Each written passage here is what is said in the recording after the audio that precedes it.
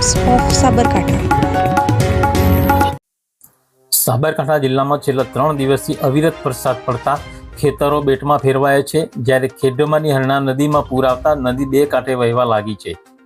ખેડબ્રહ્મા સિંચાઈ વિભાગના આસિસ્ટન્ટ ઇજનેર અક્ષય ભુરિયાએ જણાવેલ કે રાજસ્થાનના ઉપરવાસમાં વધુ વરસાદ પડવાથી ખેડબ્રહ્માના ખેડવા અને હરણાવ ડેમમાં પાણીની આવક વધતા ગત રાત્રે ખેડવા અને હરણાવ ડેમમાંથી 10,000 ક્યુસેક પાણી છોડાતા ખેડબ્રહ્માની હરણાવ નદી બે કાંઠે વહેતા લોકોને કિનારા પરથી ખસી જવા પહેલે જ જાણ કરાઈ હતી। ખેડવા જળાશયના ઉપરવાસમાં ભારે વરસાદ થતાં ગત મોડી રાત્રે પાણીની આવકમાં વધારો થતાં જળાશયમાંથી 4 ગેટ ખોલી મહત્તમ 13,800 ક્યુસેક પાણી છોડવામાં આવેલ હતું, જે હાલમાં ક્રમશઃ ઘટાડી અને 2 ગેટ ખોલી અને 3400 ક્યુસેક પાણીની જાવક કરવામાં આવી રહેલ છે। એ રીતે હાલમાં હરણાવ નદીમાં પાણીનો ખૂબ વધારો જણાયેલ છે અને હાલમાં બંને કાંઠે વહી રહેલ છે। જ્યારે ઘણા લાંબા સમય પછી હરણાવ નદી બે કાંઠે વહેતા અને ભારે પૂર આવતા શહેરીજનો મોટી સંખ્યામાં નદી જોવા ઉમટ્યા હતા।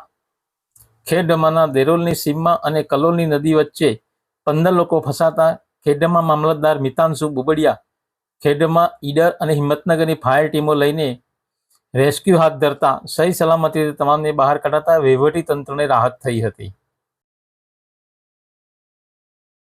ખેડબ્રહ્મા તાલુકાની અંદર ગઈકાલ રાત્રિએ વરસાદ પડ્યો અને ઉપરવાસની અંદર પણ વરસાદ પડતા ખેડવા ડેમ અને હરણાવની અંદર પાણીનું પુષ્કળ પ્રમાણમાં ઇનપુટ થતા ત્યાંથી પાણી છે ને છોડવામાં આવતા અહીંયા પાણી ભરાઈ જતા દેરોલ ગામ અને કલોલ ગામ આ બંને ગામની અંદર માણસો ફસાયેલા હતા। કલોલની અંદર 2 જણ ફસાયેલા હતા, એમને પણ બહાર રેસ્ક્યુ કરી અને ફાયરની ટીમ દ્વારા બહાર કાઢવામાં આવેલ છે।